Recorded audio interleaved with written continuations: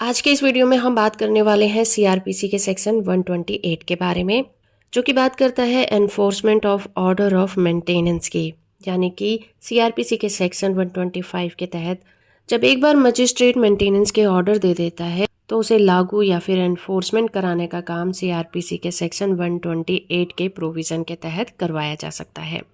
आइए बात करते हैं इसकी डेफिनेशन की। सेक्शन 128 सीआरपीसी के प्रोविज़न के तहत एक बार जब मेंटेनेंस या फिर एंटरिम अवार्ड अलाउ कर दिया जाता है, उसके बाद मजिस्ट्रेट ऑर्डर की कॉपी को फ्री ऑफ कॉस्ट ऐसी पार्टी को देगा जिसके फेवर में मेंटेनेंस के ऑर्डर किए जाते हैं।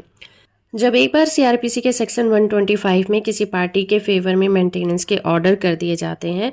तो सेक्शन 128 सीआरपीसी के तहत मजिस्ट्रेट से उस मेंटेनेंस की डिमांड की जाती है कि जो मेंटेनेंस का ऑर्डर उसके फेवर में किया गया था वो मेंटेनेंस उसे नहीं दिया जा रहा है, तो मजिस्ट्रेट उस व्यक्ति के खिलाफ एक्शन ले सकता है और सेक्शन 421 के तहत जुर्माना वसूल करने के लिए जो प्रोसीजर बताया गया है उसके तहत उसको फॉलो करते हुए उस व्यक्ति के खिलाफ वारंट भी जारी कर सकता है ताकि जो मेंटेनेंस का अमाउंट है उस व्यक्ति से वसूला जा सके। तो इस तरह से दोस्तों जो मेंटेनेंस का प्रोविज़न है उसका मेन पर्पस है दो पार्टी में से जो कमज़ोर पार्टी है उसके फेवर में उसको सुरक्षा देना होता है।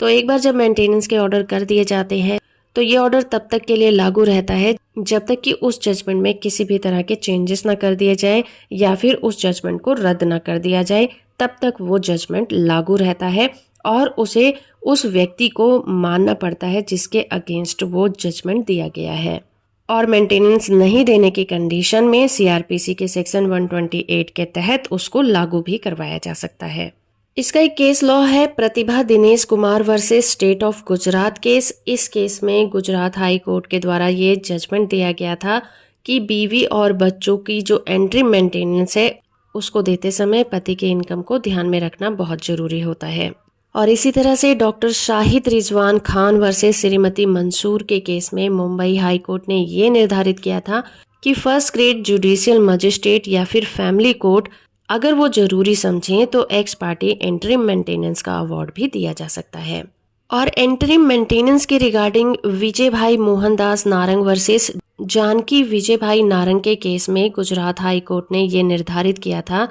कि केस के दौरान जब इंटरिम मेंटेनेंस अवार्ड किया जाता है पत्नी को और जब फाइनल डिसीजन आता है और डिसीजन पत्नी के अगेंस्ट होता है